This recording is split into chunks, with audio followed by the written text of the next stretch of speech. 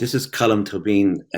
I'm at Cúirt Festival happening between the 21st and 25th of April, and I'm here to interview Douglas Stuart about his novel, Shuggie Bain. Douglas, hi, hello. Let's start at the beginning of this. Could you describe to me when you first thought of the book, and then how that thinking made its way first into the writing of the early sentences of the book? Yeah, that's a big question. It's I actually sat down to begin writing Shuggy in 2008, and at first it wasn't necessarily a conscious thought. I wouldn't give myself any lofty goals such as I'm going to write a novel. I sat down really to write scenes as they came to me, as I saw them and as I felt them. And the first words I actually wrote actually came from chapter 13 of the two brothers going across the Sea of Slag and scrapping for copper, because I could see the scene in my mind, and it was so much about masculinity and shame of Shuggy's sexuality that I could really see it come fully formed. And I approached the book that way for the first draft. I wrote most of the scenes actually out of sequential order, and before I knew it, I actually had a first draft of about 900 pages. But that was how I got through the first hurdle. And just take me through that scene where they're almost in this sort of post-industrial landscape, hugely polluted Scottish landscape. And could you just take me through how much of that's from memory? How did you see it? I mean, how did you remember it, if it's from memory? And if not, anyway, just take me through it. Yeah, it's a scene where we actually open where the middle brother, Leek, is sitting on a sea of slag, and we think he's by himself at the very beginning. But I was thinking very much, I was a kid that grew up in North Lanarkshire, which is the central belt of Scotland, just outside Glasgow, and I came of age of a time when Thatcher had shut down all of the industry. And so I grew up not far from a coal mine that was just left to waste and to rot. And for the first couple of years after it closed, the kids could still go play. We could roam freely. It became this huge adventure ground for us. But the older boys in my housing scheme would go and strip copper from the mine and actually just take it, because it was a way to make a couple of pounds. There wasn't enough money coming around and people didn't have any work. And so they were going to strip copper. And so although the scene comes from a lot of memories in terms of I remember what the coal mine is like and I remember what the copper is, I wanted to start it hopefully quite poetically, where there's just this young man alone and he's sort of adrift on it. He's really at the crest of one of these waves and he's looking out both towards the housing scheme he comes from and then at Glasgow in the far distance, and he's almost like a Thomas Hardy character, as that's how I always viewed him, almost like a young Jude Foley, where he's thinking about going to art school and how he's going to get on with his life, and then suddenly his younger brother drops in on the scene and we think he's been alone the whole time, but his younger brother Shuggy, who is only 7 or 8, has been trudging across the slag and struggling to get there. And as soon as we meet him, we almost also realize he's an obstacle to Leek's life and to his dreams. I remember an argument in Scotland, which was a great place for arguments in those years, when Glasgow, I think, was going to be made City of Culture. And certain intellectuals and very serious people in Glasgow said, that's a ridiculous name for a City of Culture. Why don't we call it Workers' City? And the next argument was great, because the next argument said, workers, there's no work in Glasgow. No one's working anymore. What are you talking about? This work business, this idea of Scotland, the work ethic, the shipbuilding, the what you call about that sort of central industrial area. The fact that Scotland was so implicated in the empire in so many ways, that suddenly everyone realized, I mean, it had been happening gradually, but as though it was as though when Thatcher arrived, it suddenly became clear to everybody what had been happening in front of their eyes, that this country was being closed down. This country was being desecrated. Just wonder if you could talk about what this meant to you when you were growing up. Yeah, absolutely. Well, I come from a long line of proud working class men. My family before me, my father, my grandfather, were joiners and slaters and grain hodders, and they believed very firmly in trades and going out and learning a skill, and then they would provide for their family. We never had very much, but we had enough, and we were very proudly working class in that way. And then I'm born in the mid-70s, and by that point, Glasgow's already in a free fall and a decline. And so my first consciousness, or my first memories, are really of all the men, not only in my family, but around me, unable to find work, or unable to find enough work, or not work in what they're skilled and they're trained at. And so my entire youth was really surrounded by young men. Unemployment went to about 26% in Glasgow, and stayed there for about a generation. And that was really the backdrop to my youth. And it came at a pivotal time as well in the city, because Glasgow, as you said, was a very important city in the empire. It has a bit of a bloody history as well in terms of how it made its wealth, and we're sort of reconciling that at the moment. But it was a very wealthy, very prosperous city. It brought a lot of Irish immigration, which later on led to some sectarian problems. But it was a very proud city.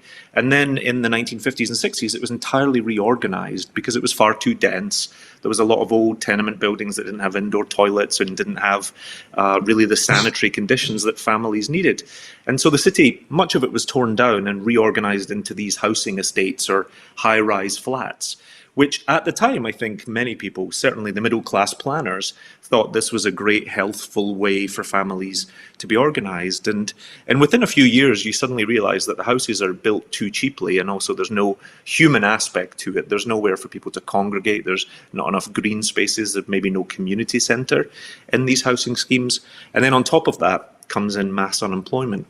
And so you have people feeling both marooned, actually really physically and also emotionally, and then also overlooked by a Westminster government. And so part of the problem with the unemployment was the feeling it put in people's bones. It was that sort of, the feeling of not being worth very much or not being cared for is a hard thing to overcome. And so a lot of really sticky things swept into the city. You know, we obviously have a very bad history, Glasgow specifically, with drink and drugs and addiction in that way. And a lot of that still continues on to today. But me growing up, you know, perhaps if I'd been a middle-class kid and there'd been addiction in my family, it would only have been my family, and the families on the streets around us would have been okay. But I'd always understood addiction to be a societal problem, and because my family had a tough time, but then so did the family across the road and 2 or 3 up the street a little bit. And so there was a strange, twisted solidarity in that. The Tories and Thatcher had it in for the north of England as much as they did for Scotland, but there seems something much more intense in the relationship, or the lack of a relationship, or a bad relationship between Thatcher, the Tories, and Scotland, as though there was something about Scotland that really offended Thatcher, and there was something about Thatcher that really offended Scotland. I mean, it wasn't an ordinary just not voting for her. There was something visceral and strange going on. Yeah, there was. And I think a lot of it comes from both Scottish and Irish pride. You know, I'm a kid of both an Irish immigrants and also Scots from the north of Scotland. And Glasgow is made up of a lot of Irish immigrants. And I think we were just incredibly proud. And there seemed to be a spirit of wanting to break Glaswegians of Scottish origin or of Irish origin too, but also an othering of them, I always felt. I always felt that we didn't belong in the United Kingdom, or we weren't cared for in the way that, you know, the rest of the country was, even as through in Edinburgh or down in England, and certainly not, we weren't living the same, a parallel life to Westminster. And that just makes you feel very much like you're on your own. I think we've, for a long time, harboured very deep feelings about control and about who oversees us and what sort of shape we have to our own, what power, what agency we have to make our own destiny. And a lot of that came to the fore in the 70s and the 80s. But Glasgow was placed, for anyone who's never been, was placed as a city in decline. The government never told anyone in Glasgow this, but they categorised it as a place they were going to manage into decline, which meant they weren't going to try and make it better. They were going to allow the city to atrophy. And that was only really revealed in the early 2000s. And it seemed like a very good bureaucratic decision, perhaps, to these very unfeeling politicians in Westminster, but it affected over 1 million people. I swear this story is true. That this is about 25 years ago. I was writing something, and I needed to check something, And I made an arrangement to call a journalist on the Scotsman, who was a well-known literary figure in Scotland. And I just had a question for him. I said, are there any Catholic novelists writing in Scotland now? And Alan Taylor went, oh. I said, well, there's Muriel Spark. I said, I know there's Muriel Spark. Don't give me Muriel Spark. She's a convert. It's not the same. I'm talking about people who were brought up in the church, brought up as Catholics. Are there any? And I'm not making this up. He shouted down, he was in the newsroom, obviously, or he was in the subs desk, and he shouted down the subs desk, hey guys, can anyone think of a Catholic novelist in Scotland? Nobody. Okay, that's great. That's all. I just wanted to check that I wasn't sort of making this up. Does that story mean anything to you? It certainly does. And actually, it's a funny thing. I mean, it's a funny thing to think about sectarianism, or to think about the role of Protestantism or Catholicism in the city, because it doesn't translate very far outside of the world. When one of the feedbacks that I get from Shuggie Bain is, what is this? What is that sort of strain of history there? And of course, I have to link it back to Belfast and talk about sort of the Orange March there, and then Glasgow having the second largest Orange March after that to show you the pride of religion in the city. But, it's strange because my entire identity in the city was always often defined by my religion first. And when I would meet someone, they would ask me in a roundabout way, do you support Celtic or do you support Rangers? Because they were trying to get me to out myself in terms of, was I Catholic or was I Protestant? And it's such a frequency of life, it's such a low-lying frequency of life that only when I became an adult and I came to New York, I looked back and I thought, God, that's really strange. Yeah. So that what happened in Scotland, just to go maybe talk about literary matters for a moment, is that in that democratic deficit, in the great silence that arose where Scotland effectively became a Tory-free zone, with everything everyone held, everything that mattered was destroyed, which was basically the industrial base. And what was replaced with the housing just simply didn't work. And what arose were voices. And these voices, especially Kelman, especially Alistair Gray, but also, Janice Galloway, A.L. Kennedy, obviously Irving Welsh, Alan Warner, Jeff Torrington. I mean, there's so many names, and all of them attempted to make it new. It wasn't that all of them were suddenly finding that there was a great tradition beginning with Jane Austen, which they could join. And they could write nice novels about, nice people going to the Edinburgh Festival. But something really, really important started there, which was almost a sort of late modernism, where every writer attempted to do something to narrative, to do something to character, to do something to sentences. If there was a party, Alan Warner, they would tie up the host. It would be New Year's Eve. If there was a sentence, go on for a whole book. If there was a man, he would be blind. If there was another man, he would be drunk. If there was a novel, it would be written in sections. It would be competing. And anyway, you know what I'm talking about. I'm talking about an extraordinary flowering of literary talent in Scotland in the very years, I think, when you must be starting to read. That's right. Yeah, but actually, also being a product of the class system, I almost had to complete my education and then go in search of them. Because although this flowering's happening all around me, it wasn't like it was put in front of me as a Scotsman, because we were still reading the classics, as you say, or a very middle-class English perspective. But it was a time of enormous humanity and struggle within that humanity. And so you have Alexander Trocchi, and you have Agnes Owens and George Friel, and all the others that you named, and Andrew O'Hagan as well, who are trying to, I always think of it as trying to make sense and also claim their place on the planet, because as you'd mentioned earlier, it was a time of a great overlooking, or where it felt like people were so uninterested in us from the outside, or we were left to struggle by ourselves. And I think when people feel pushed to the margins like that, they answer it with really strong voices. And so they are definitely writers that have had a huge influence on me. But also, funnily enough, those writers write often from a very masculine point of view. I think about Alistair Gray or Irving Welsh, and they're looking at the poor soul or the struggling man in the way that James Kelman does. But it was often the industrial man or a male at the center of it, because it was often a man's world. But I never knew that, Colm. I knew a woman's world. Being a young queer boy growing up in the 80s. I was absolutely ostracized from the first minute I sort of have a memory. And then also being the son of a single mother, my entire universe is female. And so when I sat down to want to write Shuggy, I wanted to look at the tradition of all these greats, but I wanted to reframe Glasgow from a woman's point of view and from a young gay boy's. I think it's sometime maybe 1993, maybe in Glasgow. On my own one night, I found there was a gay bar. Oh, Douglas, it was the saddest thing. I went into it, and I mean, there were about 11 hairy Presbyterians. I'm nothing against hairy Presbyterians, but they looked so guilty. They looked so sad. There was so much dandruff in the room. I mean, it was the most frightening thing to witness. 1993, It was under a railway bridge somewhere. And they were drinking, more than drinking, they were staring into the guilty distance, and it wasn't a good place. It changed very quickly, by the way. I mean, within a few years, there were some wonderful places, gay places in Glasgow. I mean, there were just kids, gay kids were having the wonderful time. But I'm talking about that year. That year was very. So I mean, obviously, there was no image for you of being gay in Scotland. There was no mirror. When you looked in the mirror, there was nothing you could see. No, there was absolutely nothing.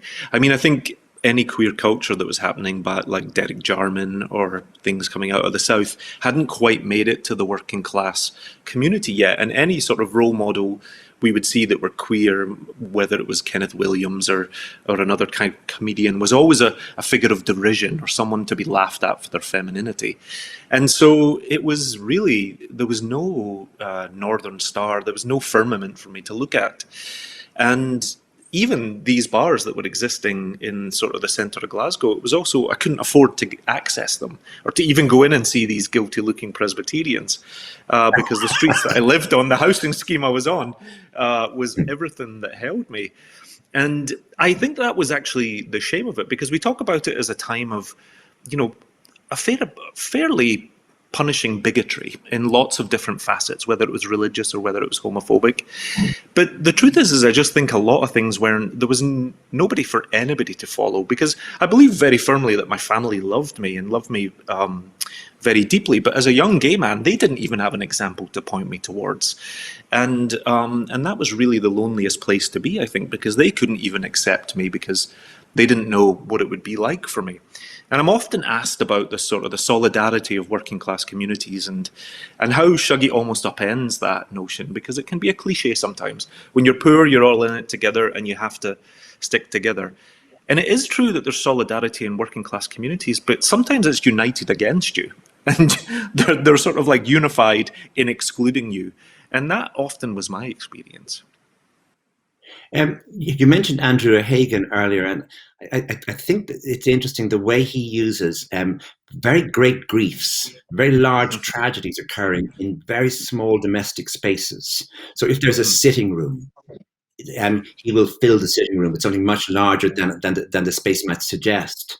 And so that in a way that idea of working with domestic space, those small rooms, and filling them with something much larger is, I think, something that happens in your book.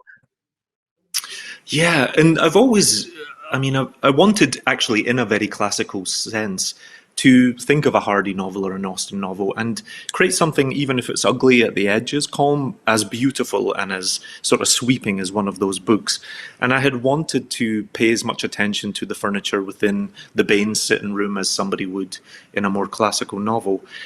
But the idea, is that there are very big stories, there are very big human lives being contained in all of these spaces.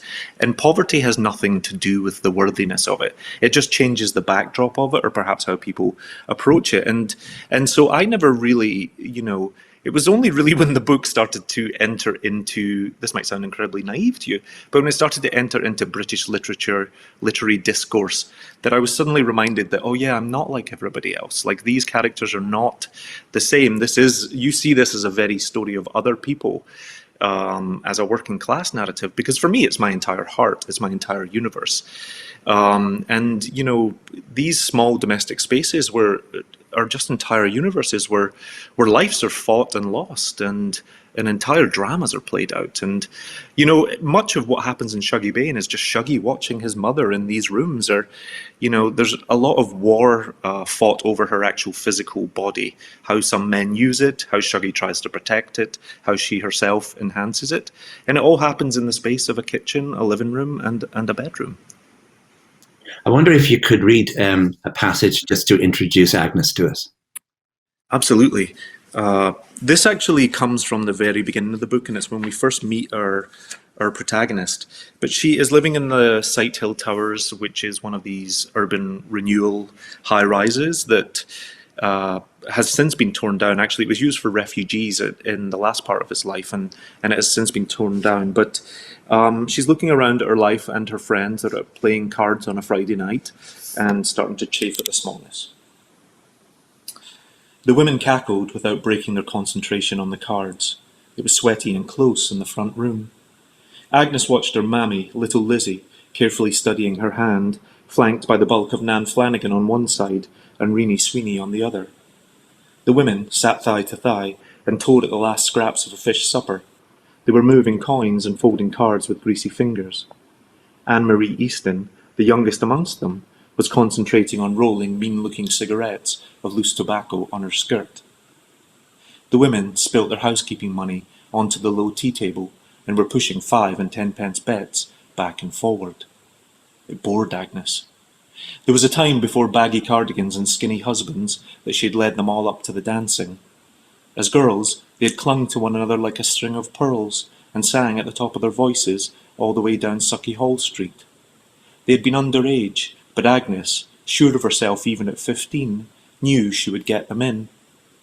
The doorman always saw her gleaming at the back of the line and beckoned her forward, and she pulled the other girls behind her like a chain gang.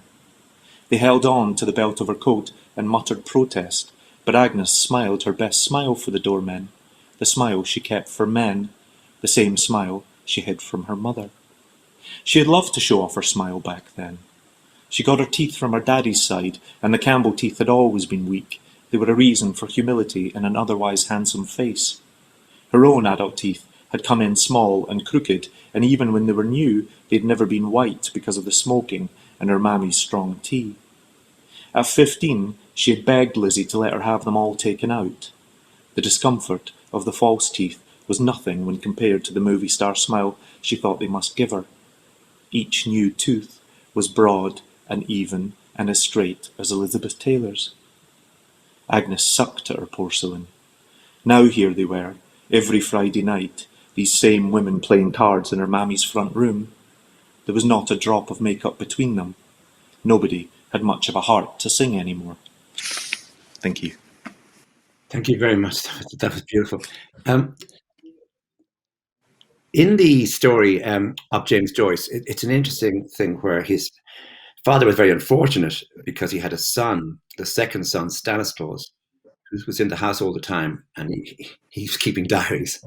So we have a full account of just how bad, just how drunk, and really just how malevolent the father was. And we have this from Stanislaus.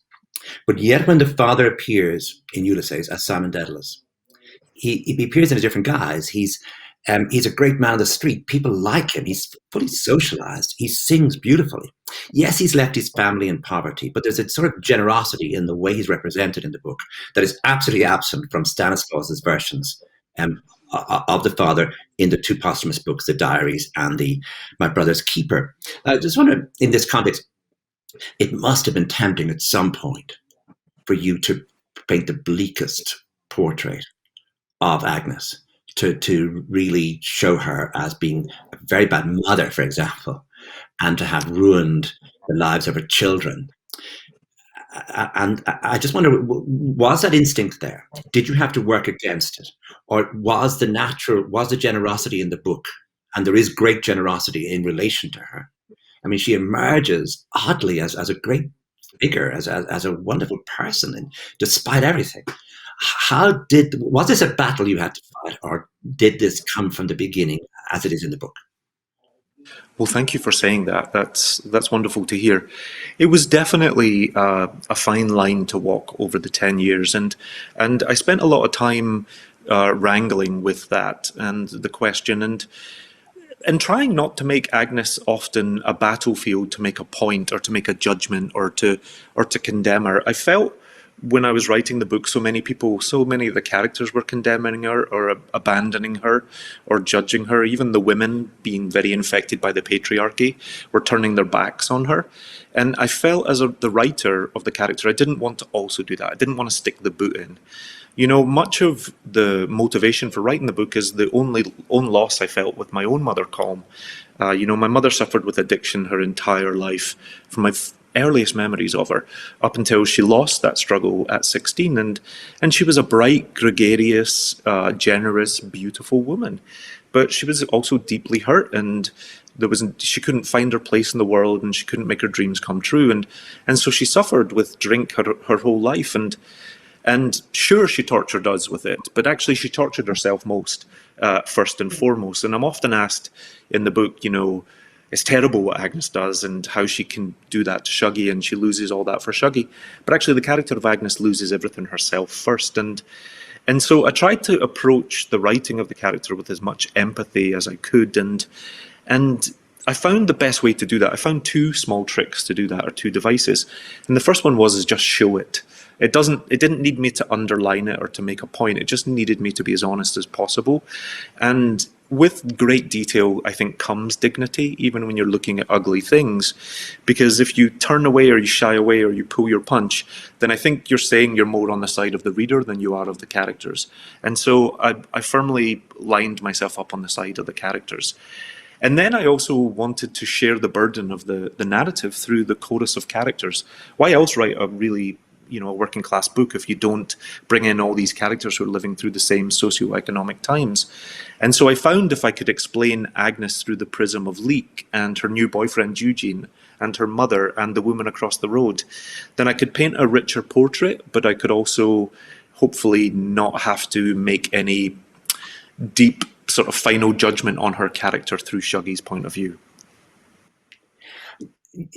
I think the fact that Shuggy is gay is really interesting and important here. And I don't think that's just because you're writing out of memory or needing to deal with certain things. I think as a literary device, even if it has nothing whatsoever to do with you personally, it's very important that he has to be isolated, that he doesn't have a peer group of kids, that he isn't one of those boys who goes out every morning with other boys, that he's at home, he's an in-between figure.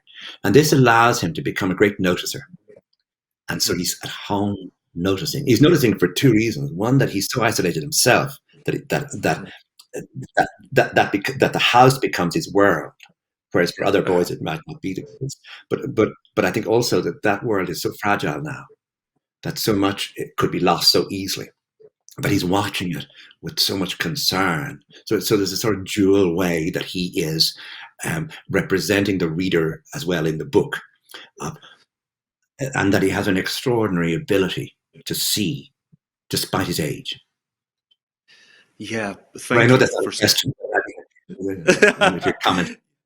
Yeah, and actually, I think a few things on that. Sometimes as the children of addicts, we become huge watchers. You're always watching the weather as it comes into the room and seeing what's going to change and how a day is going to hit the wall or take a turn that you don't want it to, because you're always trying to get in front of it and change the situation and protect the parent that's suffering at the heart of it. And so myself and all my siblings, I think, are fairly watchful kids. And I wanted Shuggy to have that quality because really his mother is his entire universe. He's almost like a little satellite just sort of orbiting her and keeping his eye on her. But she's also the greatest love of his life as well. And I wanted him to cling to her in that way and to watch. But also, it was important for me to show that some kids don't have a safe harbor. Sometimes when you write about queerness in youth, it can become a single issue book or piece of literature. And I thought Shuggy was facing things that were a little bit more complex than that. He's fighting a few wars or, I don't know, journeys of self-discovery on different fronts. He's trying to keep his mother together. He's trying to discover himself. And he's also trying to actually keep his family close by. He's trying to hold Leek to them and trying to really bond the family together. And so I wanted him to face those things so that his life felt very sort of lonely in that way. The book for me is about the siege of femininity, because the queerness that he's attacked for is never really sexualized.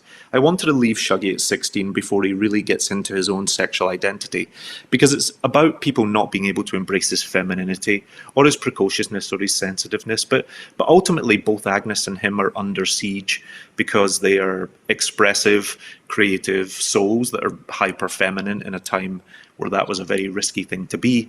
And so I wanted him to be going through that, also because I didn't want all the judgment to be on Agnes. I didn't want everybody else to be all right and us just watching this woman disintegrating at the centre. That felt a bit cheap to me. And so I wanted everyone else to be suffering with or struggling, or trying to overcome their other things. But for me, it was about femininity. I don't know if that answers it. Yeah, I mean, I think you're dealing with something that every gay man, I think, really knows, which is how to hide it. The business of walk, the business of someone is watching you and you are moving in the street and there's something you're giving away that you can't stop yourself giving away. You don't know how to do it. And then you learn how to do it. What's interesting with Shuggy is that he doesn't learn that whatever's going on is femininity or his queerness is apparent once he goes outside the door. So the world is not a safe place for him, and he doesn't have the strategies. And that's a very interesting aspect of his character, that he doesn't strategize in that way. Yeah, he doesn't. He's almost so powerless to it. And he's also not only his femininity, but he's also kind of infected by his mother's snobbery and her it becomes precociousness in him. But he's seen very quickly as othered by the other kids. But I remember very profoundly from my own upbringing that sort of idea of, if you practice, if you get better at kicking a ball, if you just keep kissing girls until something catches, or you learn how to walk, or you become violent before the other boy gets to be violent. Or in Shuggy's point of view, he's reading these historical football scores, absolutely useless unless you're going to become a football pundit.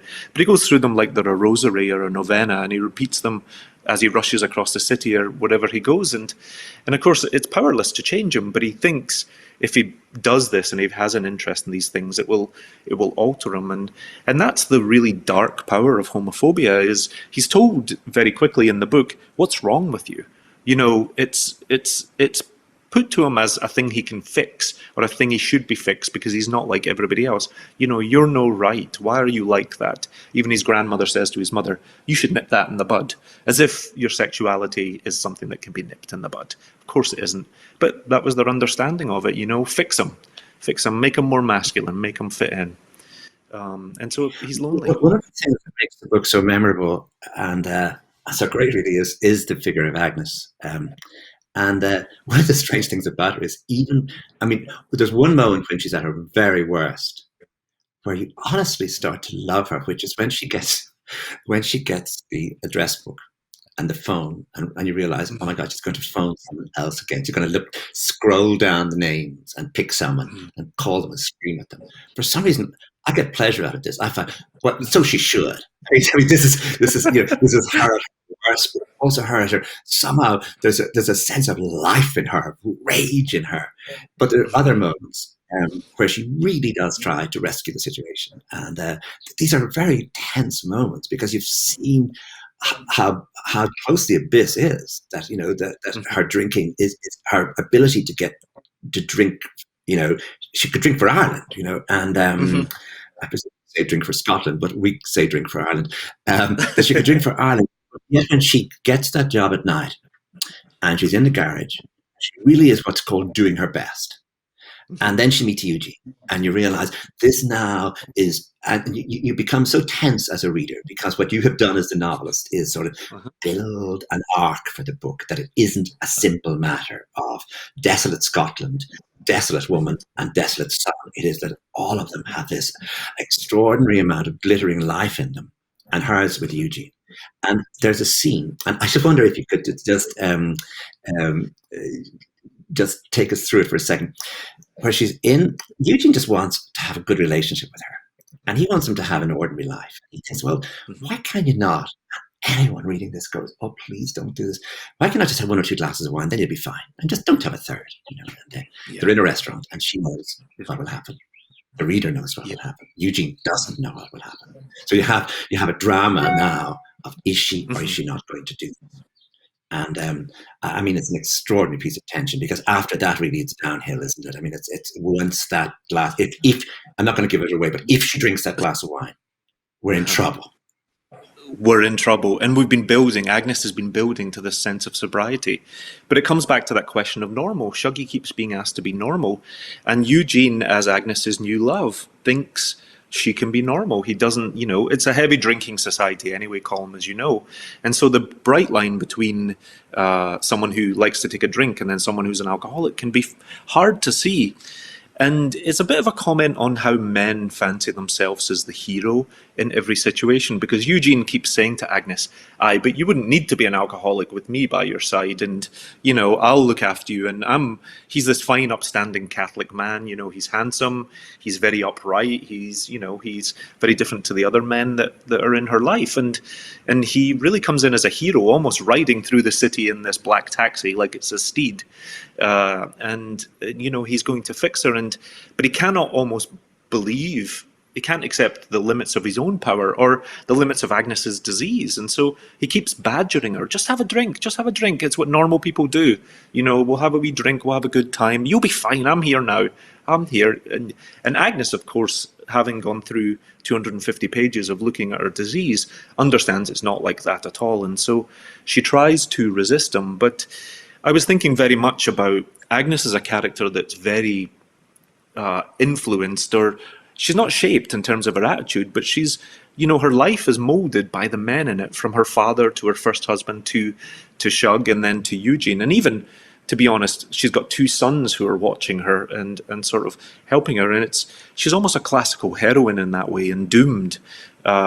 She's a little bit of a Tess of the D'Urbervilles, where it's the men who shape her fate around her, and Eugene's really the linchpin in that. But the other thing I would say is, I want the reader to feel the terrorism that Shuggy feels. When you love someone who is addicted to alcohol, you never quite know what you're going to get. Some drunks are very consistent. They're always angry or they're always sad. And I'd never known that. I'd known alcohol to be a very combustible thing, and you never knew if I was going to get a happy mother or someone who was looking for a party or someone who was looking to, be incredibly maudlin. And so what the reader goes through is what Shuggy goes through in the book, where we even start a very bright chapter, a very happy chapter, and you're waiting for the turn, or you're waiting for something to happen. Because there's, even on good days, there's a terror to loving someone with addiction, because you're just always waiting for something bad to happen. Yeah. And I think, as you say, it's vital that Shuggy doesn't grow up. I mean, that he doesn't become a sexualized teenager, that he doesn't start to date someone or fall in love, that he remains this kid. And what you're exploring is the idea of sexuality or homosexuality or queerness for a 10-year-old, for a 12-year-old, what that actually means, how puzzled you can be by that, and how isolated. So I just wonder if you could read us a bit about actual Shuggy himself. Yeah, absolutely. So we were just talking about Agnes. Agnes, at the heart of the book, is going on her first date after leaving her first husband, or second husband. And she's asked Shuggy to teach her how to dance. And so Shuggy's teaching her how the kids dance today. The song changed, and Shuggy kept dancing. It was a self-conscious shimmy now. His hands burst open like fireworks, and his head flicked as if he had long, sexy hair. He dipped, and he popped, using his hips too much for a boy. He emoted along with the song, like it was a grand opera, not a 3-bar pop factory hit for 13-year-old girls. Brilliant. What a smooth mover, she said. I'm going to do all this up the dancing next week. Eugene'll just die. Just you wait. He was enjoying her attention. Something inside him flowered, and he started popping his body like he'd seen the black boys on telly do. The self-consciousness left him, and he spun and shimmied and shook in all the telly ways. He was mid-cat sleep when he let out a sharp scream. It was high-pitched and womanly, the same shriek he let loose when Leek leapt out of the dark at him. Shuggy stood with his fingers outstretched, frozen in time.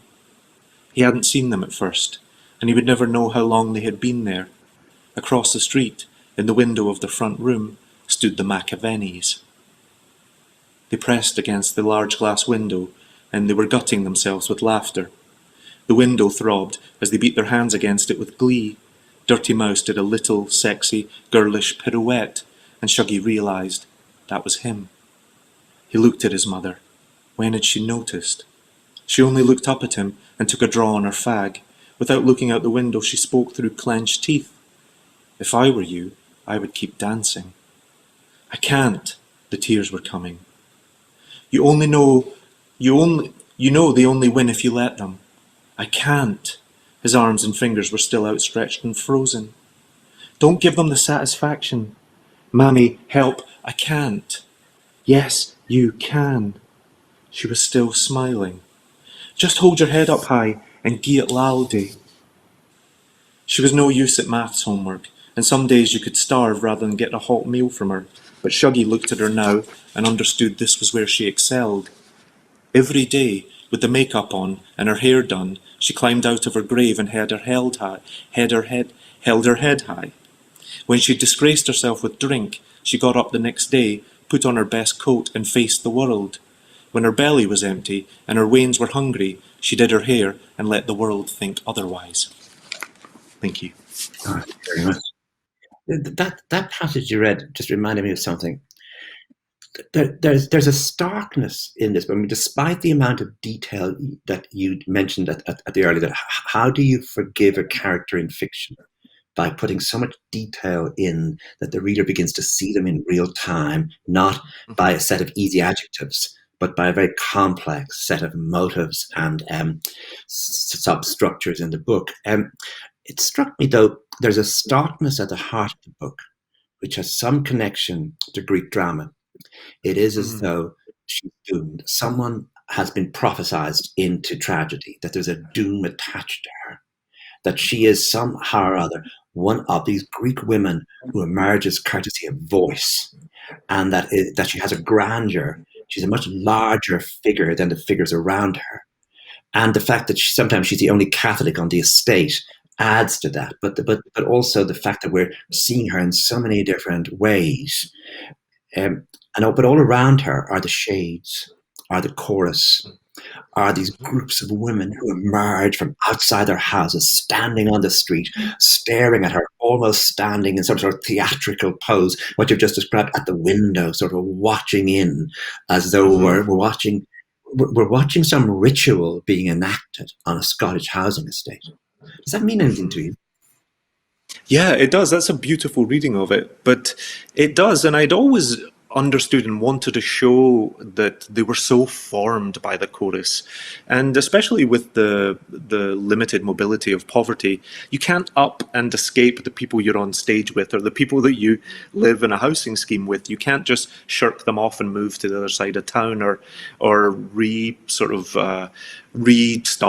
a relationship over. And so what's happening in Agnes's life is absolutely right. There are all these people coming on stage and either forming her or turning her or commenting on her or giving her a sense of herself. And here's this tragic heroine at the centre who actually is quite camp in a way, because she's larger and more glamorous, and she fills the page, I hope, in a very she's so luminous against the grey city. And yet they keep coming onto stage and sort of taking a part of her or commenting on her or punishing her in a way. And for me, that, Agnes is the heart of the book. I should have probably called it Agnes Bain, but I was thinking about how children are often the splinter of hope that comes off of parents. And even when someone collapses under the weight of their life, they always hope for better for their kids. And so Shuggy is Agnes. I mean, everything about him is Agnes. But yeah, I like that sort of point of view, Colm. We were talking at the beginning about Margaret Thatcher, and I wonder if it was tempting when you were writing the book, or how deliberate it was, that yes, it's very much set in those years when Scotland is being actively dismantled by someone very unpleasant, and it must. I mean, another novelist might have put many, many more post-industrial scenes, or really written a national novel about Scotland, what was happening to Scotland at that time. I think that you, by putting Agnes and Shuggie at the very center of the book in a very intense way, you've managed to write a novel about the society without actually putting constant passages describing the politics of the moment. And I wonder how deliberate that was to leave out, just not put in what's happening in the newspapers each day. Yeah, it was super deliberate. And actually, it was part of the editing process after the first draft. Because I realized when I put in the social unrest, the people that would navigate us through that would be the men in the book. So it would be Wally, or it would be Leek, the middle son. And when I did that, I sort of left Agnes and Shuggie out of the frame a little bit, because it was certainly a time when men were struggling. But what I wanted to show is when men struggle, it is women and children who suffer first, and often suffer worst. But I didn't want to keep framing it around the men. I wanted this to be a woman's story and a young gay boy's story. I felt that there was books that already covered that, the post-industrial Glasgow and what it meant to be a working man there. You know, Alistair Gray does it phenomenally. James Kelman does it as well. And really what I wanted to do was to, even Agnes Owens, who actually is my favourite Scottish writer, talks about unemployment through a man's point of view in Gentlemen of the West. And here was a woman writing about a man, but I wanted to just focus on the people who were sort of getting the effects of this shift without showing them as part of it. But also because, as you said earlier, it's a very intimate story. Really what I set out to write was a love story. I didn't set out to write this big political book. But you can't set a book in 1980s Glasgow and the working class without it touching on these really heavy subjects. But what I set out to write was a love story. It's about a mother and a son and how they're trying to make the best of a bad situation. One of the other real pleasures in the book is the way in which you don't compromise the Scottishness of the book.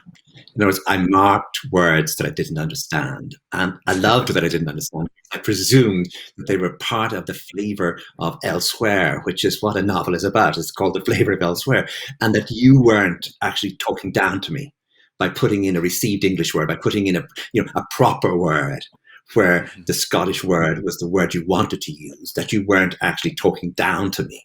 And there must have been moments when some editor said to you somewhere, or some poor translator said to you, what are we going to do about you? What are we going to do about this, what do you call it, the Scottish dialect, Scottish flavour, Scottish usage? I know that this is the path that Kelman and Gray and the others all worked on. And indeed, Train Spotting gave the world a sort of Scottish dialect, a Scottish idiom.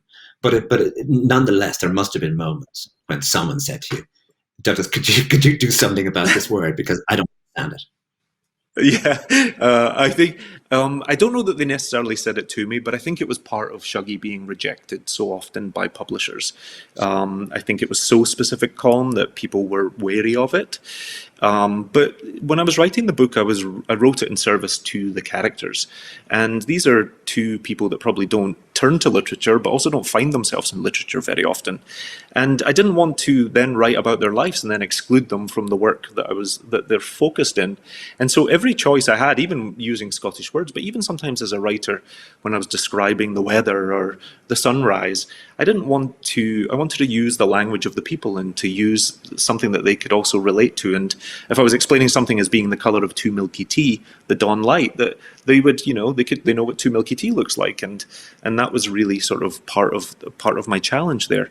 But, Gray and Kelman really fought to bring the Scottish vernacular to the fore so that a book like Shuggie could fly, really. They did all the heavy lifting back in the 90s so that people could embrace a book like Shuggie. But by God, I think I'll spend the next 4 years of my life explaining what a tenement close is to translators everywhere in the world. Shuggie's about to be translated into Mongolian, which just keeps me up at night. Part of the business of being Irish with Ulysses is that you spend your time thinking, how can any outsider understand those sort of terms that are in Joyce's book? I think the book is I think if you were teaching how to write a book, the principles by which you worked, the principles of making the character as complex as possible and allowing something to emerge. Sometimes it emerges slowly. Sometimes it's very clear, which is the astonishing love that exists and tenderness between the mother and the son. And it's not a damaging love. although it is sometimes. In other words, every time you do something, you do the opposite for a while, and then you play with it. But I think at the heart of the book is a sort of love song written from the perspective of a son to a very damaged mother. That's all I ever wanted to achieve. So if that is true and you're a kind man for saying that, then I would be thrilled. I think it's a work of fiction. It is not a memoir. It's not my life. But I've been so profoundly, and actually your work's been such a huge influence on me as well, in thinking about mother and son relationships.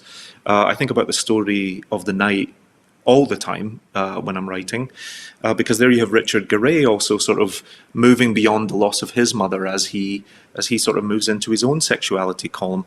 And I think I've just been so profoundly affected by the loss of my mother at 16 that everything I write is almost a love story to her. Even the books I'm working on now is just about how do you overcome the biggest love of your life and losing it too soon, especially when it's so, it's not that it's mindless to addiction, but you feel like such a failure as a son, I think, because you've spent your entire life trying to save them or make it better or help. And of course, at the end of the day, the battle rages within the addict alone, and you can only do so much. And actually, that's what Shuggy comes to realize at the end of the book. That's what his siblings, that's how they increase the stakes for him throughout it, because they keep saying she's not going to get better, and then they find their point to leave. And hopefully, as readers, we're wondering, when does Shuggy find that point, or does he? But yeah, it's about love. And it's been a hugely moving and affecting book. And in Ireland, even though, I think only half of you is Irish, but we can claim that half. We're very proud. We're very proud of you. I just want to say that this book is available on Books Online from Cúirt, and that anyone who wants to check out other events at Cúirt can go to www.cúirt.ie. And Douglas Stuart, thank you very much for doing this, and thank you for being so open and easy. And I know some of my questions were too long, but anyway, thanks for not objecting to that. And I hope to see you soon, and we're all looking forward to your next book. Thank you very much, Colm. Thank you for talking to me today. It is an honour of my career to talk to one of my heroes. I don't mean to fanboy over you in front of everybody, but you've had such an influence on my writing, so this has been one of the highlights of my entire career. Thank you. Oh, that's great. Okay, thank you. Thank you.